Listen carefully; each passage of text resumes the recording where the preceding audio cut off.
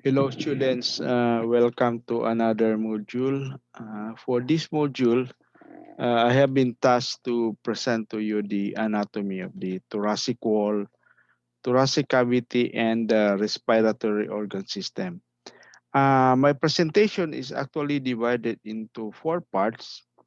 For the first part, I will be presenting to you a very short video clip.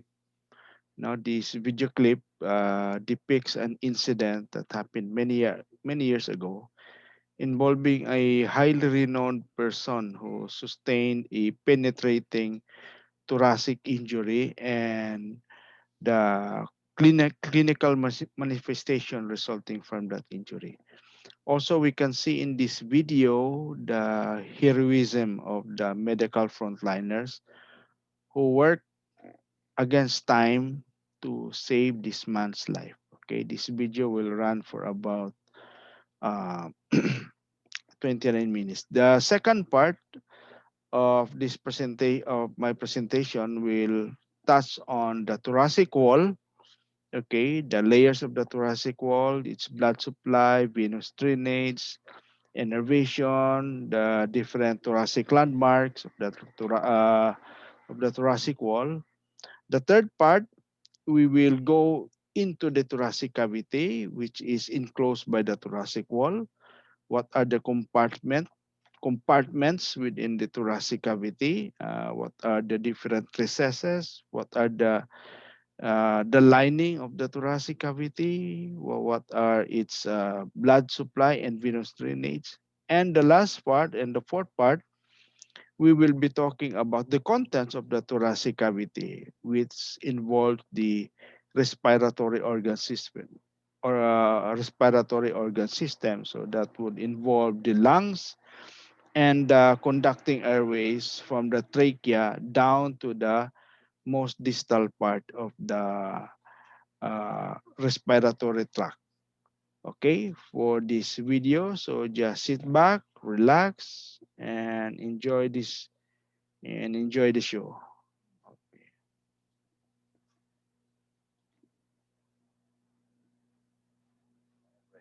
First president of the United States who has been shot during his term of office and who have survived. The following is a recreation of the events which occurred during the first day of the saving of the president. Most of the hospital staff you will see and all of the voices you will hear are those of the real participants. I am Dr. Dennis O'Leary.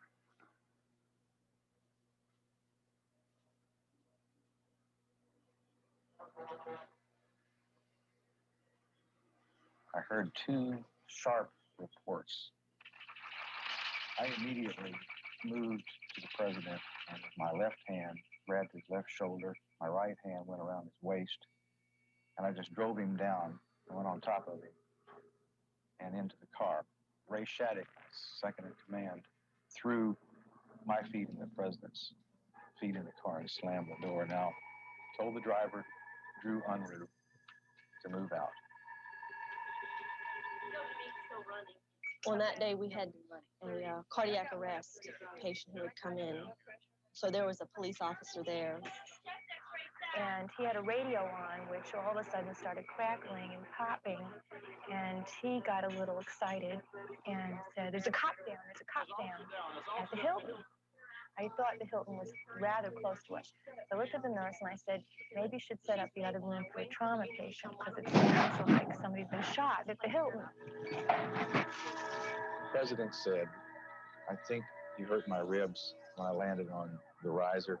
So I pushed him up into a sitting position in the right rear. As I pushed him up, I saw two things. The bullet hole in the window, and I looked out the back and I saw the three bodies. Later learned it was Tim Carthy and Jim Rady and Della Henry. And so what I did, I ran both my hands up under his arms, on his back, looked under there. I didn't see anything. There wasn't any blood on my hands. I bent him over and looked at the back of his head. Couldn't see anything. But he did say, my ribs, I think you hurt him. He started getting some blood in his mouth. It was bright red. I thought, well, we've got a rib injury here. It's probably punctured a lung. I told Drew Unruh to head for GW Hospital. It was just minutes after that the White House phone rang. There's a definite difference in the tone of the phone, the White House phone over the other phones in the emergency room. And when it rang, I just sort of looked at it and watched it ring, and Wendy finally came over and picked it up, and that's when everyone, her face just sort of went white. And this voice just said that the presidential motorcade was en route to the hospital. We know when they're coming. Okay, let's assume it's the president. Went back to the trauma side of the ER and started putting together a couple IVs. 4 into 2, we're gonna move this lady in. There was just kind of sort of shouting and, you know, like move this patient here, move this patient in here, and who's gonna do this, and I'll set up the line. Dr. Columbine from the ER, please. I literally had 3 phones in my hand. I had yanked, the White House phone was under one chin, and then the 2 phones on the east side of the room were in both ears, and I was calling all these different people. Presidential motorcade is on its way. We're assuming it's the president. We need a command post set up. We had our route secure back to the White House. He started developing a pallor. Every breath he would take, he couldn't quite get the same amount back. I didn't think it was a gunshot wound, but I wasn't about to take a chance. And I told him, I said, we're just going to take you to GW for a check. I was on the 6th floor of the hospital seeing a patient. I heard trauma team called.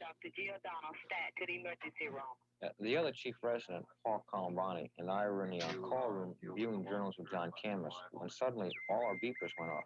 It's pretty unusual for all of us to be called at once, so it meant something was brewing, something pretty important.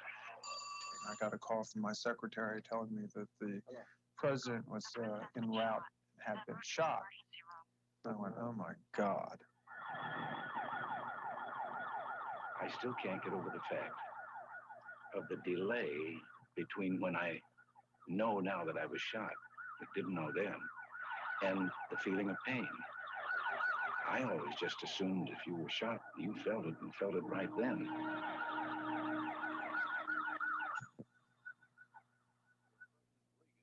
I was sitting in my office trying to get the day together after a morning of operating when I heard this call over the radio. Shots rang out as President Reagan was leaving the hotel and about to enter his limousine.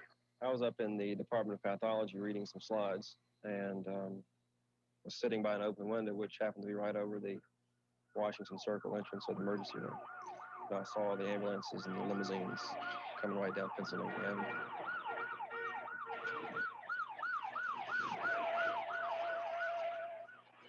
And then I went out the door and hit the ramp almost simultaneously with the limousine.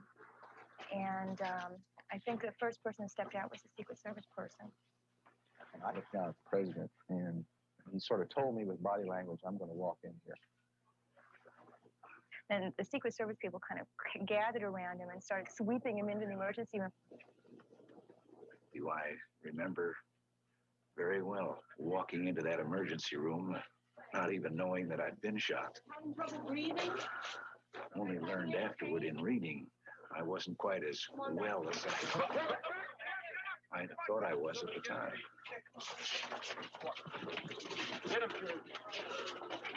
What I told Ray Shattuck to do almost immediately was to set up a perimeter. It's like taking the White House to GW. I was putting some IVs together and heard a commotion, and this kind of avalanche of people started moving towards the trauma bay.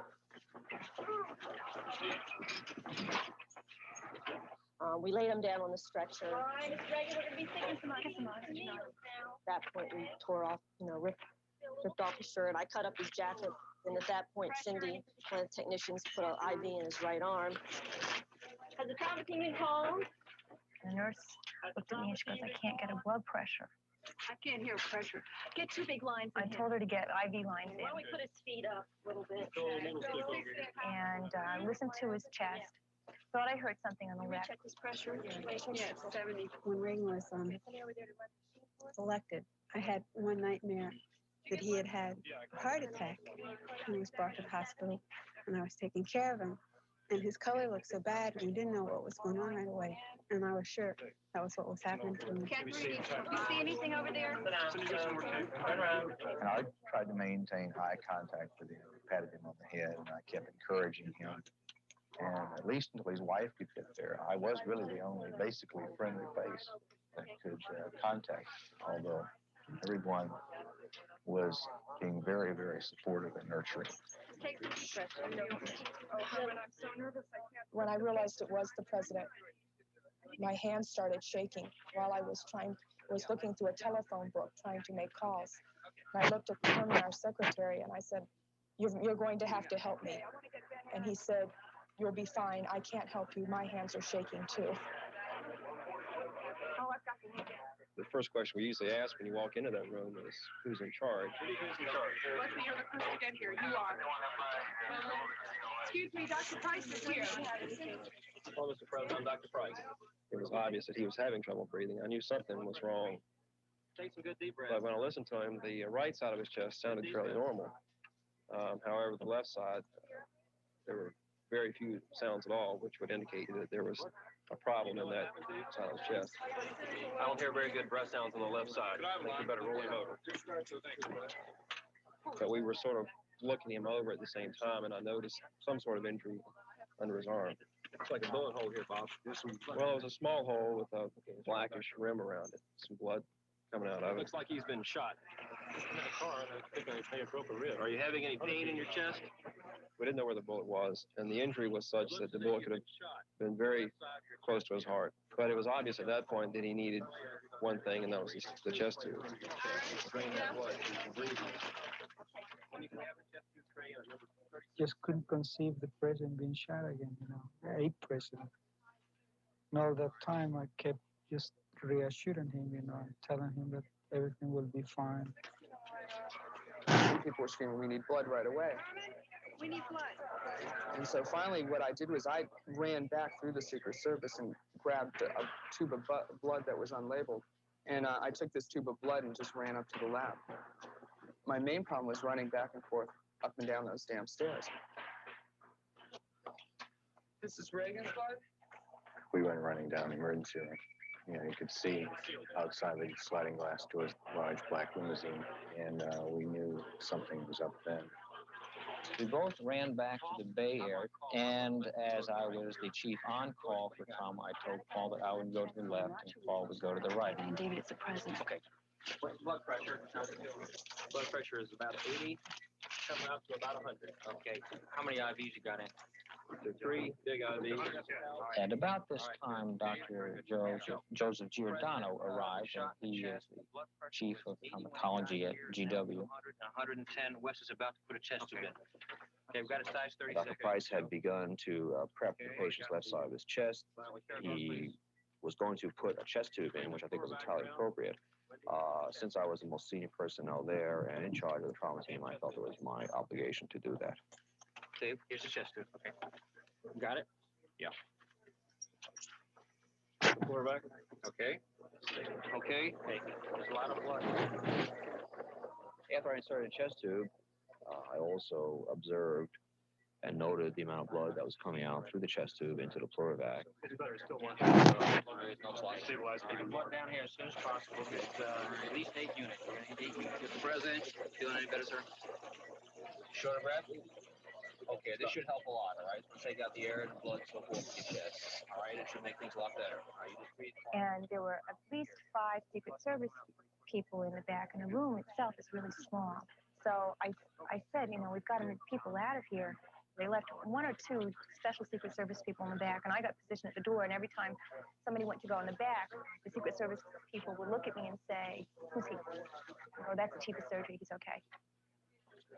There was enough people taking care of the president and, you know, Brady and McCarthy, and I felt somebody has to take care of everybody else. And that's where I felt where I came into play. I just continued to take care of patients in the other treatment area. And so I went back and forth in between sides to be sure that the patients were getting cared for. That was mostly my role. There was a tremendous congestion of people. At the entrance of the emergency room were Mike Barch and a Secret Service agent. He's okay. He's the director of the ER. Mike identified me, and I walked in. First person I saw was Dennis O'Leary back there. I said, "What's happening?" And he said, "You better go back there." President has taken a bullet in the left chest. I feel the president was very seriously injured, so I wouldn't define him as being in shock. but I think he was right at the threshold. Got him resuscitated. We've given him a lot of fluid, a lot of blood. He's got chest tubing. I think any type of delay, 5 minutes, 10 minutes, in which he would have continued to have lost blood, he would have gone over that threshold. I think it was important that the president was brought to an institution that has a systematic approach to trauma. I think the establishment of trauma teams and trauma services has made a difference in the management of patients with these type of injuries. Good. All right, good. He looks a little more comfortable and so forth like that. Things are going along real well, nice and smooth. The chest tube was placed and resuscitation was done. Obviously, we knew we needed a thoracic surgeon, and Dr. Giordano turned to me and said, get Ben Aaron. I think at this point in time, we would have pulled Ben down. I turned around and looked down the hall, and Ben Aaron was already on his way in. First thing I observed was not the president himself, but in the bed next to him was Mr. Brady. And he looked, as has been described, very grim. I looked to my left. As I approached, they saw me and parted the curtain of people, and that was when I was introduced to my task. Put a chest tube in. His blood pressure when he first came in was kind of low. He's responded very nicely. I guess it occurred to me at that time that this could easily be history repeating itself, having sort of lived through that event in Dallas when President Kennedy was shot. And I just sort of sent up a little prayer and saying, I sure hope the president isn't irretrievable at this point in time. And of course, at that point in time, it sunk home on me that he was going to be my patient. Let's get a chest x-ray. We've already got one ordered. I noticed that there was a metallic fragment about 3/4 of an inch long, irregular, adjacent to the heart on the left side of his chest. And I went directly to the side of the president's table. There's a fragment. It's near the heart. The chest tube is in good position. There's not much pleural fluid. I don't know what the caliber of the bullet is. It's deformed. I don't know if it's the whole thing. We were afraid that had it been a 38, there would be another fragment some other place. Could be in his abdomen, having gone through the diaphragm. And as it turned out, there was no fragment in his abdomen. And it wasn't too long after that we heard there really was a smaller caliber bullet. What we were seeing was all of it, just deformed. Mr. President, there's a lot of blood coming from your chest tube. Now, we know the bullet's in your chest, and we don't know what's been injured. But because the blood continues to come, we think it would be safest to take you to the operating room. We don't feel that you're in any immediate danger, but we think that that would be the safest thing to do, rather than just watch you bleed for next, we don't know how long. Before the president arrived, though, there was an onslaught of Secret Service The men. locker rooms are beyond the double doors past the exit sign. All right, And asking by this time what room was going to be used for the president, wanting to know what other entrances were available to that room. And so we had them change clothes into operating room greens, and they came back. I think one funny thing was one of the Secret Service men had the greens on, came back barefoot, and all ready to go. He said he took his shoes off because he didn't think that was going to let him go into the back with his shoes.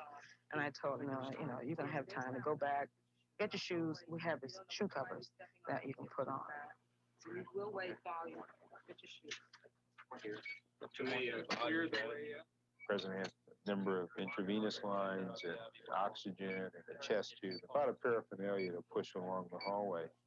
And I remember as we began to move, and I decided I would station myself in front of the bed, and the bed could move no faster than I would let it move. And the purpose of that, of course, was not to allow any of the lines to become disconnected. I was standing right at the nurse's station, and I saw him very well. And what I can always remember telling somebody, he looks real gray. I wonder if he'll make it.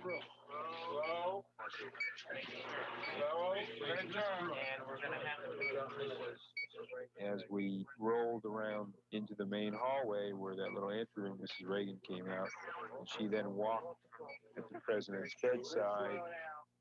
As the entourage moved down the hall, there were more and more people tagging on. There must have been 30 people with this one little stretcher going to the operating room, and lined up along all the walls were Secret Service guys and all these DC cops. We went by the most direct route, which was through the recovery room.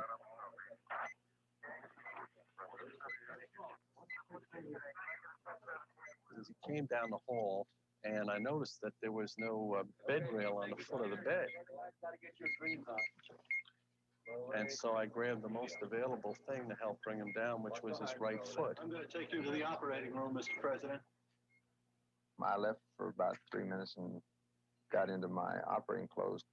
Most of the things that went through my mind were the things that applied to the clinical situation, and I was using that time to kind of get my ducks in a row about what we were going to do when we got there. I suppose one of my greatest concerns was at the time they put him to sleep, he might really fall apart.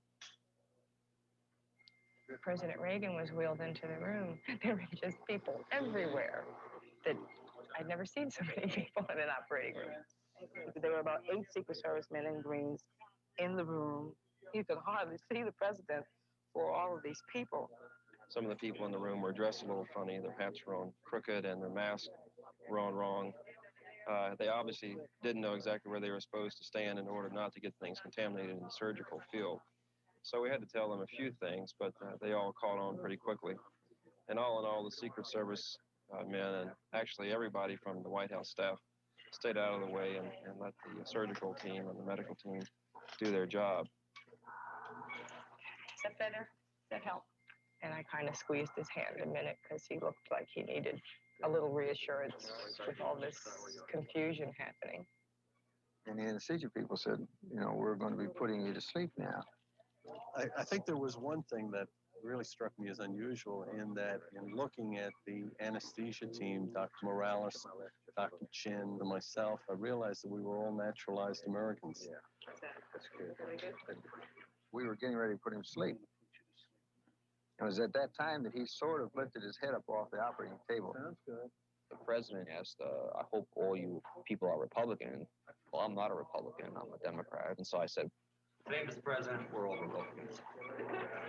Here's a man who was just shot. He's had the daylight scared out of him, and it was almost as though he wanted to put us at ease around him, and that was very impressive. If you're ready to get started. The first procedure that was done after the president was put to sleep was a procedure we used to assess whether or not there's been any bleeding in the abdominal cavity, and we call that a peritoneal lavage. It doesn't take very long, and it's very accurate, and it's not any risk to the patient. And once clear fluid returned, we were quite confident that the president did not have a major intra-abdominal bleed. By the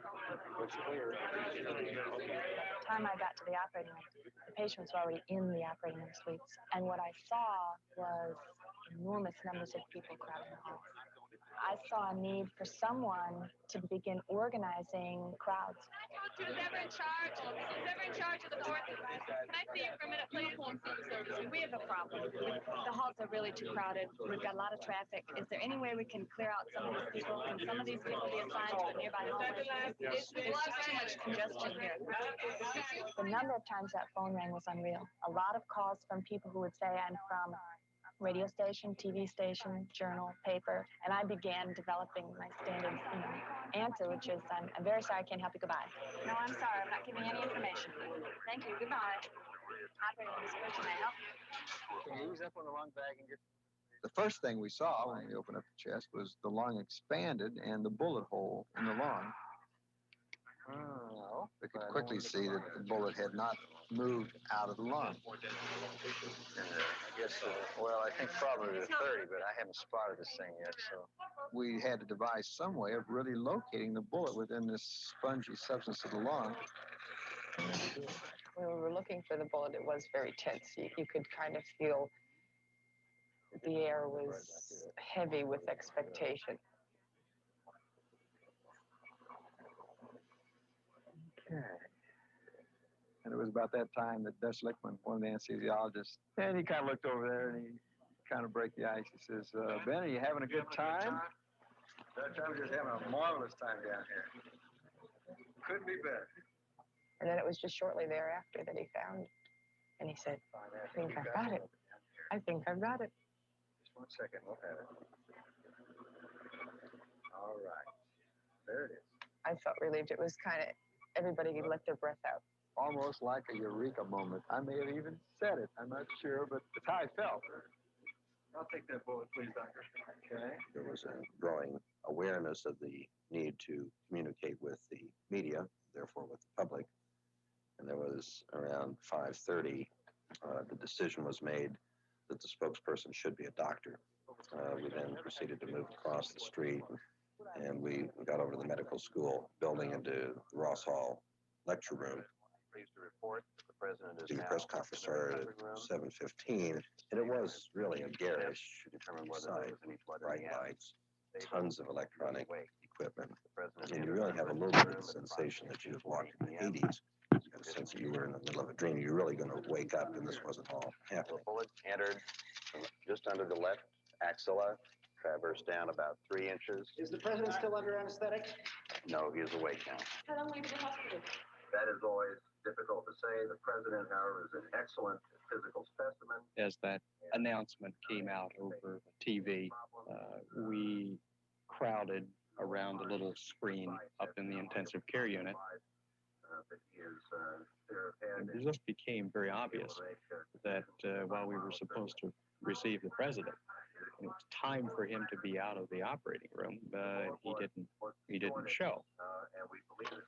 I called about 7:30 and asked to talk to one of the anesthesiologists. What's the story on the president? I understand that he's out of surgery and in the recovery room. Do you know when we can expect him up here in the ICU? Jack, I believe that they have decided to keep him down here because of security. The indication that I got was that they were thinking of keeping him in the recovery room that night. The recovery unit, which had everything available that the intensive care unit has, was just about empty by this time of day.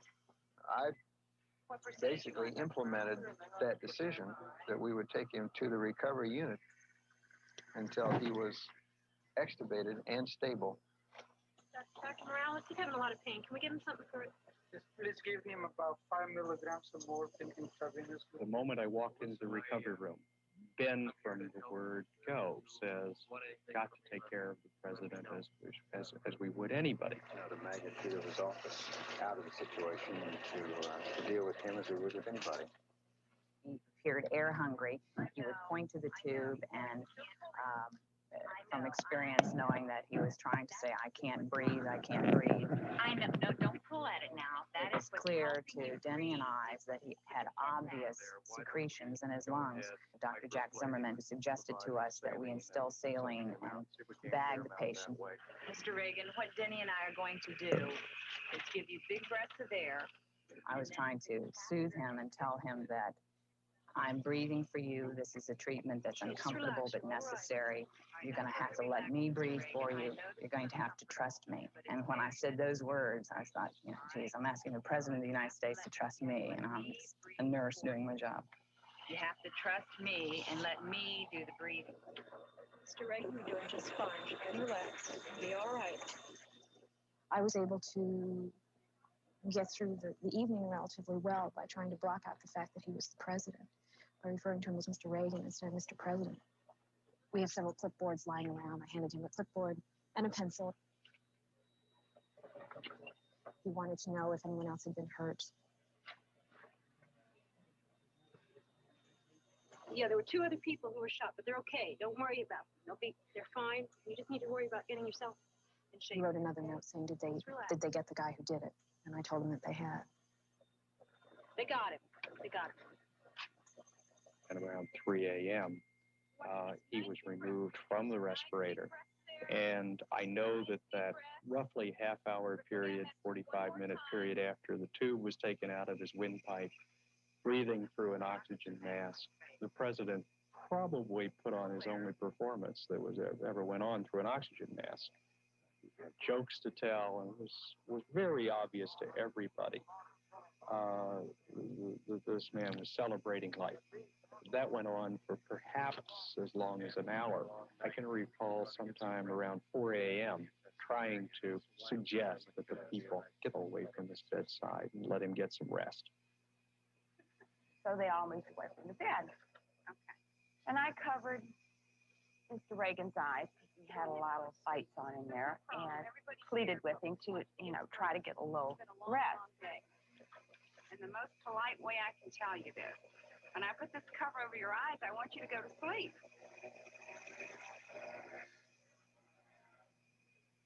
One of the nurses produced the scream. The recovery room lights went out. The president finally got a couple hours sleep before we moved him up to the intensive care unit at 6:15 the next morning.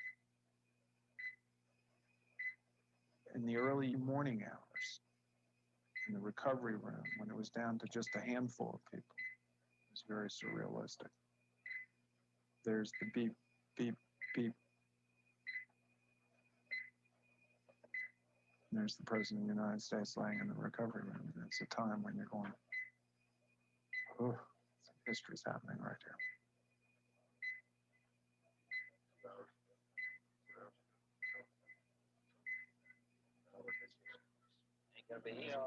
I don't normally make house calls, but I considered it appropriate to make house call in this situation. Doctors Gins, Columbani, and I went to see him.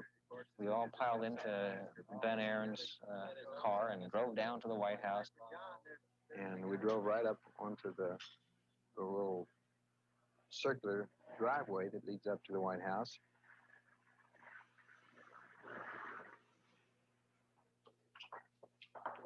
And then we went to the president's quarters. I feel good. At that time, I knew he certainly was recuperating well because he looked very healthy. The color had come back to his cheeks, and he was in very good spirits. By the way, this is the real president. Question though, Shirley.